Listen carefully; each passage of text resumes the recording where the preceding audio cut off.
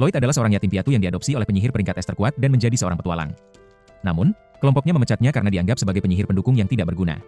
Yang tak seorang pun tahu, kecuali gurunya, adalah bahwa ia sebenarnya adalah pahlawan terpilih yang ditakdirkan untuk mengalahkan Raja Iblis. Putar balik waktu. Kembali ke masa ketika Lloyd masih disuapi kebijaksanaan oleh tuannya, seorang pemabuk berdarah dingin bernama Merlin. Ia adalah seorang petualang peringkat S dengan tubuh bak dewi dan kestabilan emosi seperti rakun mabuk.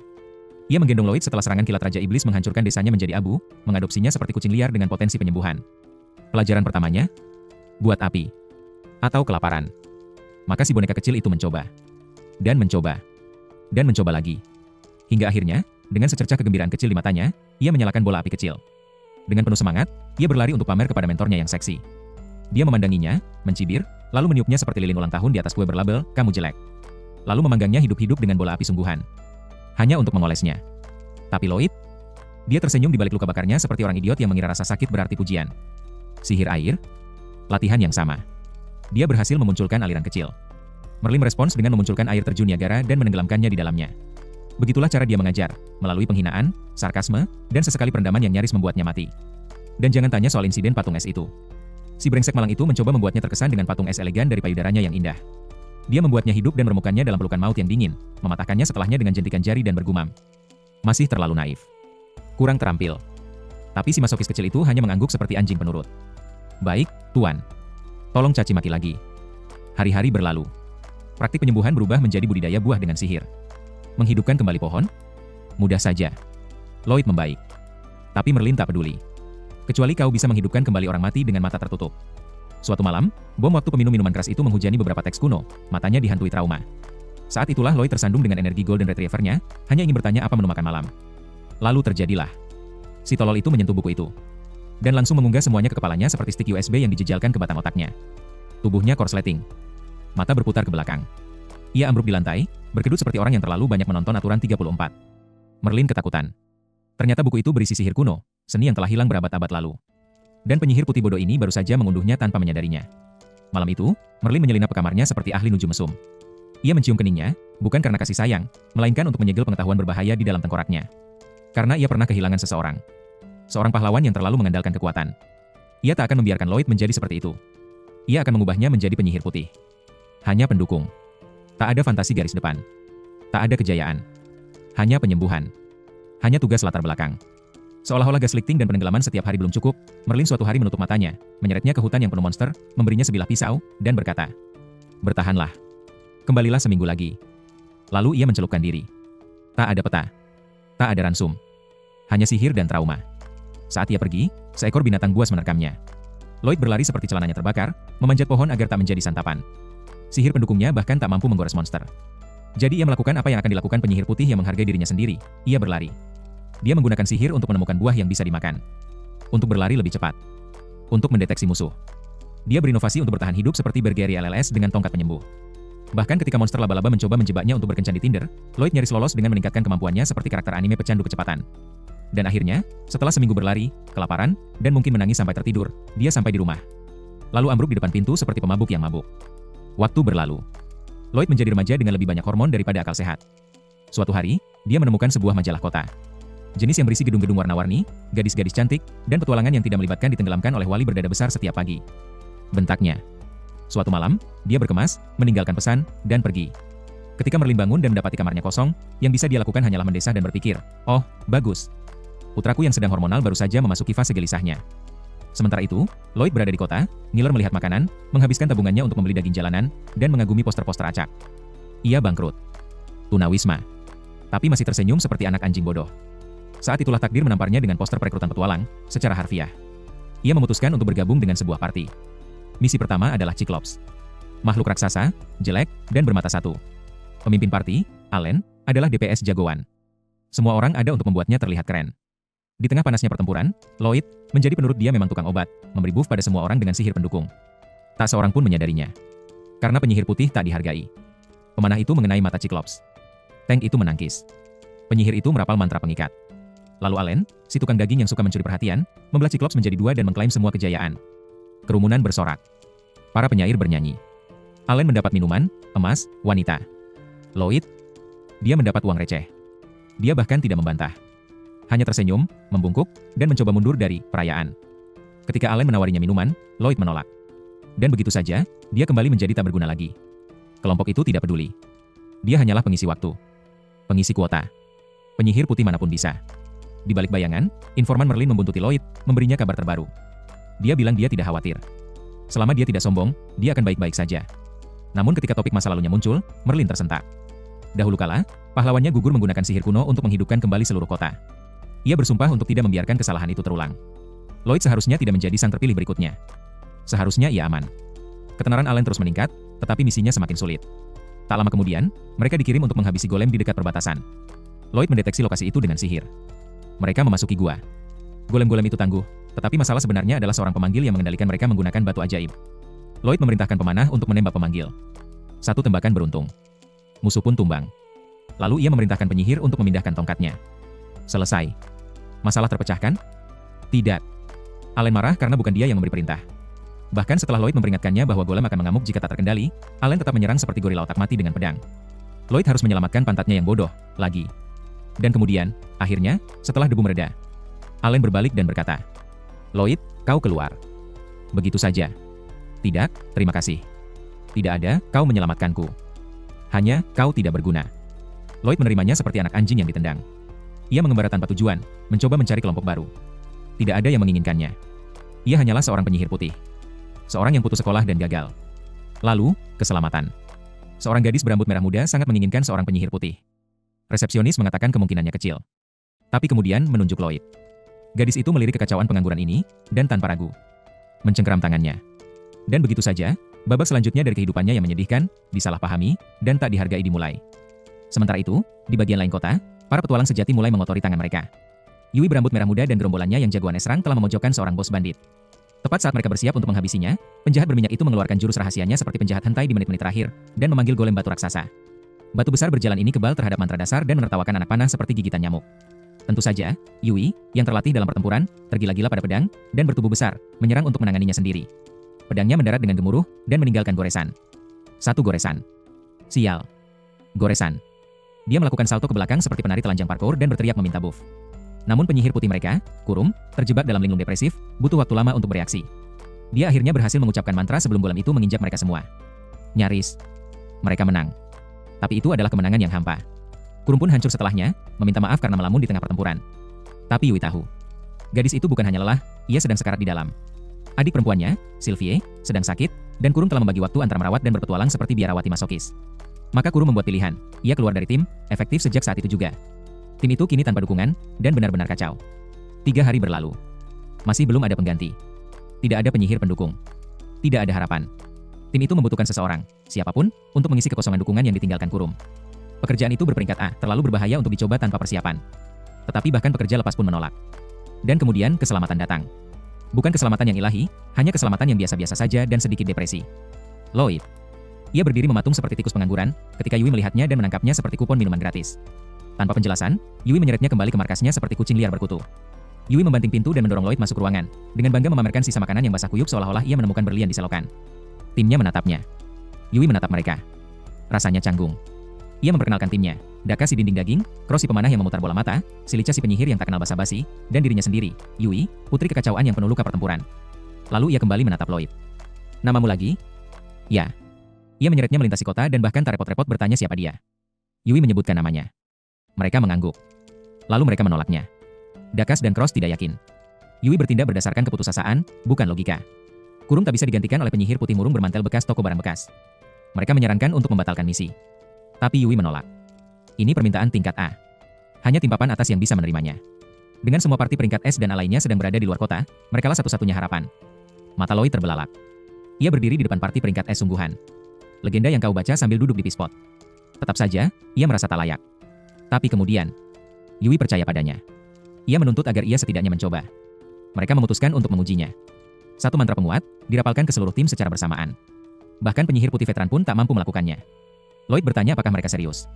Mereka serius. Lloyd menghela napas. Baiklah. Mari kita lihat apakah dunia masih punya ruang untuk orang buangan yang gagal. Ia mengulurkan tangan, memanggil tongkatnya dari udara tipis seperti penyihir yang sedang mabuk sabu, dan ruangan itu membeku. Dari mana datangnya itu? Sihir penyimpanan, katanya, santai, seolah-olah itu bukan sihir yang langka. Mereka bersiap untuk sebuah mantra. Tidak ada. Tidak ada mantra. Tidak ada cahaya. Tapi tiba-tiba, tubuh mereka terasa lebih ringan. Lebih kuat. Lebih tajam. Yui mengayunkan pedangnya, dan membelah pohon menjadi dua dengan ketukan cinta. Lloyd telah merapal bukan hanya satu, bukan dua, melainkan 5 mantra peningkatan ke seluruh kelompok. Sekaligus. Tanpa mantra. Tanpa jeda. Hanya gerakan magis murni. Mereka berdiri tertegun. Dan Lloyd? Dia meminta maaf karena menunjukkan sihir tingkat rendah. Katanya dia mengerti sekarang, dia juga tidak cukup baik untuk kelompok ini. Lalu berbalik dan mulai berjalan pergi seperti anak anjing yang terluka. Yui menangkapnya. Dia bertanya dari mana asalnya. Dia menjatuhkan bom dengan santai. Oh, aku ada di kelompok pahlawan. Mereka mengusirku karena lemah. Rahang si Licha membentur lantai. Dia bisa merapal 5 buff bertumpuk secara diam-diam dan tetap saja ditolak? Dari lubang neraka skala kekuatan macam apa dia merangkak keluar? Cross ingin berteriak. Jika orang ini lemah, apa gunanya mereka? Lloyd mencoba mengganti topik. Kenapa tidak membawa penyihir pendukungmu kembali? Yui menjelaskan. Kurung punya saudara perempuan, Sylvie. Gadis itu sakit, tubuhnya perlahan berubah menjadi batu ajaib. Kondisi terminal yang disebabkan oleh paparan sihir yang intens. Mata Lloyd berkedut. Batu ajaib? Gurunya telah memberitahunya tentang itu. Dia meminta untuk diantar menemuinya. Mereka membawanya ke rumah Kurung. Kurung membuka pintu, matanya cekung, semangatnya terkuras. Lloyd tidak repot-repot berbasa-basi. Dia bertanya tentang gejala Sylvie. Kurung memutuskan untuk menunjukkannya saja. Mereka masuk ke kamar Sylvie, dan Mana hampir mencekiknya. Jahat, liar, tak terkendali. Sylvie berbaring di tempat tidur, anggota tubuhnya diselimuti kristal bercahaya. Tubuhnya mengeras, sedikit demi sedikit. Sihir yang mengamuk di dalam dirinya mengubahnya menjadi patung. Lloyd melangkah maju. Aku bisa memperbaikinya. Kurung tertawa getir. Bahkan penyihir pemulihan terbaik pun gagal. Dia tidak gentar. Dia terluka oleh batu sihir dengan kemurnian tinggi, kan? Kurung membeku. Bagaimana? Pekerjaan gua. Kepadatan mana tinggi. Luka di pinggangnya? Dia membenarkan. Dia mengangguk. Aku akan merapal mantra pembalikan. Sedot sihirnya. Lalu sembuhkan dia. Yui meletakkan tangan di bahu Kurung. Percayalah padanya. Kurung ragu sejenak, lalu minggir. Tongkat Lloyd bersinar redup. Tidak ada mantra yang mencolok. Tidak ada cahaya suci. Hanya keterampilan yang mentah dan luar biasa. Pertama datanglah amplifikasi sihir terbalik, mantra yang menyerap alih-alih memancarkan. Dia menyerap mana Sylvie yang mengamuk seperti spons ajaib. Lalu datanglah penyembuhan. Tapi bukan mantra penyembuhan nenekmu. Mantra ini tidak efisien, brutal, dan sangat lambat. Namun mantra itu membakar kelebihan sihir sambil menyatukan kembali daging. Ruangan itu menahan napas. 2 mantra, dirapalkan bersamaan. Dibuat khusus. Dipertahankan secara bersamaan. Yui berbisik, apakah ini mengesankan? Kurung balas berbisik, mustahil. Dan kemudian itu terjadi. Tungkai Sylvie berkilauan. Dan kembali menjadi daging. Sylvie tersentak, napas penuh pertamanya setelah berhari-hari. Kutukan kristal telah berhenti. Tidak ada rasa sakit. Tidak ada mana yang mencekik. Hanya kehangatan. Kurung jatuh berlutut, gemetar. Dia mengulurkan tangan, menyentuh kulit adiknya. Hangat. Lembut. Hidup. Air mata mengalir deras dari matanya saat ia memeluk Sylvie seperti wanita sekarat yang berjuang meraih keselamatan. Dan Lloyd? Ia hanya berdiri di sana seolah hari Selasa. Karena baginya, memang begitu. Kembali di markas party, keheningan menyelimuti. Yui menyilangkan tangan dan menatap Lloyd dengan ekspresi antara kagum dan gairah yang jengkel. Kau gila, katanya. Aku tahu, gumam Lloyd. Kau juga diterima. Cross hampir menyemburkan tehnya. Si Licha hanya mengangguk datar. Sudah kuduga. Dakas, untuk sekali ini, tidak keberatan. Dan begitulah, penyihir sampah yang tak diinginkan siapapun tiba-tiba menjadi tulang punggung parti peringkat S. Penolakan terlemah baru saja mengungguli setiap penyihir pendukung terkutuk di benua ini. Yui menyeringai lebar. Entahlah siapa idiot yang mengusirmu dari pesta pahlawan, tapi mereka baru saja memberi kita bom nuklir sialan dengan jubah. Lloyd menunduk menatap tanah. Ia masih merasa tak berharga. Tapi untuk pertama kalinya, seseorang menginginkannya. Seseorang memilihnya. Dan sialnya, itu terasa seperti peningkatan level di hatinya. Para kru berpesta pora bak bangsawan, daging, minuman, dan kegembiraan mengalir dari setiap sudut meja. Sementara Lloyd, si pecundang menjijikan, menggigit-gigit seperti rakun canggung di prasmanan sampah. Tim merayakan kedatangannya dengan sorak-sorai, tanpa sadar menyambut bencana yang terbungkus jubah perban dan kecemasan sosial. Lloyd, yang tampak seperti belum pernah menyentuh makanan asli sebelumnya, mulai gemetar karena bahagia. Ternyata, si malang itu dibesarkan dengan pola makan rumput liar, jamur tanah, dan daging monster panggang yang akan membuat goblin muntah. Tuannya, rupanya seorang maniak ledakan yang memasak seolah-olah mereka sedang mencoba meledakkan ranjau darat di atas kompor. Namun, koki pencinta kekacauan yang sama ini mengajari Lloyd sihir putih. Mustahil si liar jorok ini bisa keluar dari sana hidup-hidup, apalagi terampil. Tapi dia berhasil. Nyaris saja. Para kru mencoba menyelidiki tentang mentor misterius Lloyd, tetapi si brengsek pemalu ini hampir menjatuhkan minumannya hanya karena mengingat trauma itu. Dia bergumam tentang ledakan, anggota tubuh yang patah, dan jebakan maut yang juga berfungsi sebagai persiapan makan malam. Pesannya jelas, sang master tidak hanya menakutkan, mereka adalah kejahatan perang berjalan dengan penggorengan.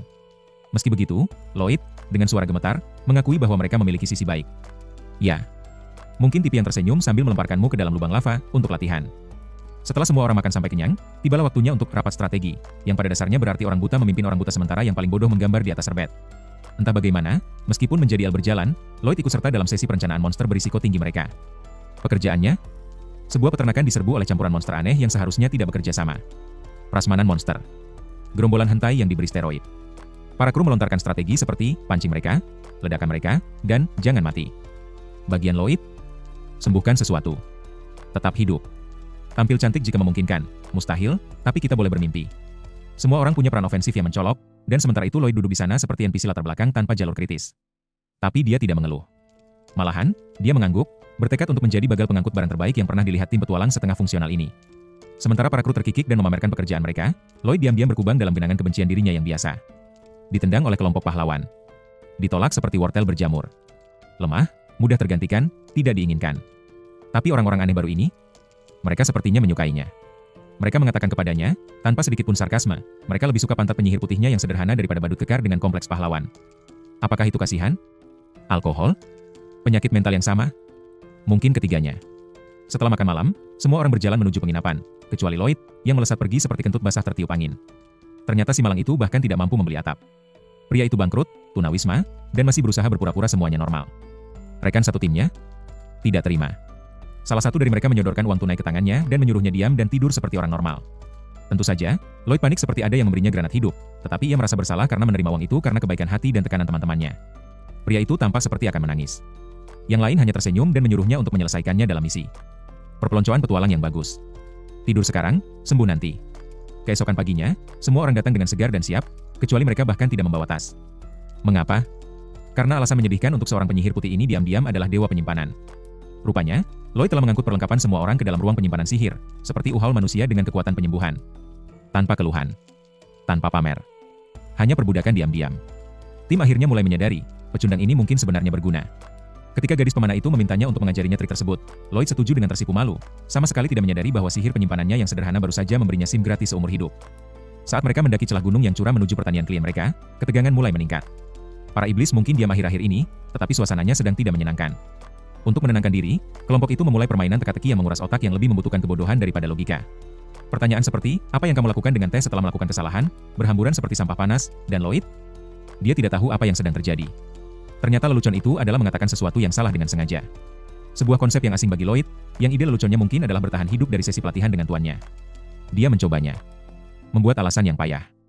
Dan tanpa sengaja, menceritakan lelucon yang lumayan. Tawa meledak. Penyihir putih itu mengerjap tak percaya. Untuk pertama kalinya setelah sekian lama, orang-orang tertawa bersamanya. Mereka tiba di perkemahan lebih awal, jadi kru berpencar, tenda, kayu bakar, mengumpulkan makanan dan permintaan mandi sungai yang tidak terlalu rahasia dari salah satu gadis. Berkeringat, lelah, dan 100% mengabaikan peringatan bahaya, ia melompat untuk berendam, sementara yang lain berebut mencari ranting dan buah-buahan. Sementara itu, pesta monster baru saja dimulai. Lloyd tiba di dekatnya, tanpa menyadari bahwa Charging List, makhluk sehalus badak yang sedang marah, sedang merayap di sekitar area tersebut. Sedetik kemudian, mereka sedang memetik buah. Detik berikutnya, pepohonan meledak dengan amukan reptil. Si muka ular menerjang. Lloyd panik. Yang lainnya terjun seperti bola perusak ajaib. Kekacauan melanda, teriakan, mantra, kombo tim yang nyaris tak masuk akal. Tetapi entah bagaimana, dengan kerja sama tim dan satu gerakan pamungkas yang hebat, list itu berubah menjadi susi.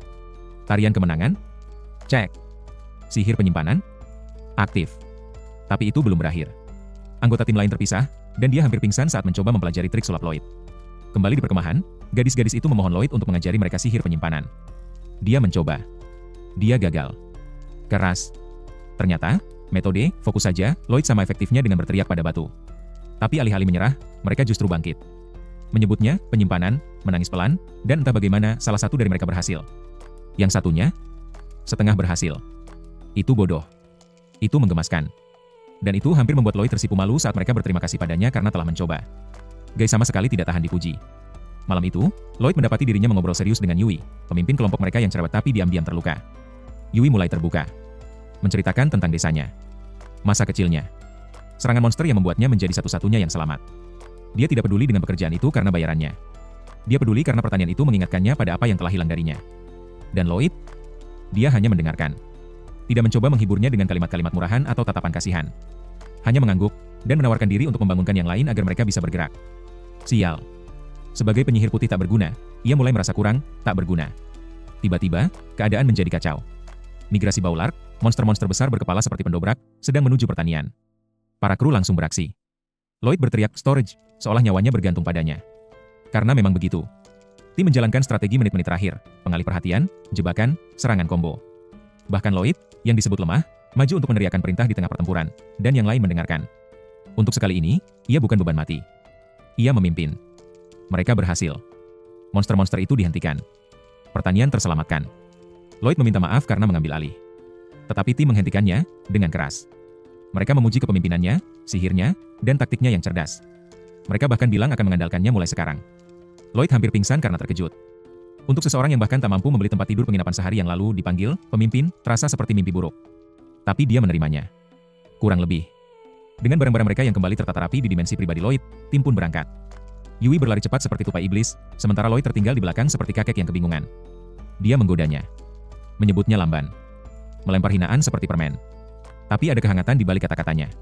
Pecundang ini, penyihir kulit putih yang canggung, bangkrut, dan hampir tunawisma ini. Tidak sendirian lagi.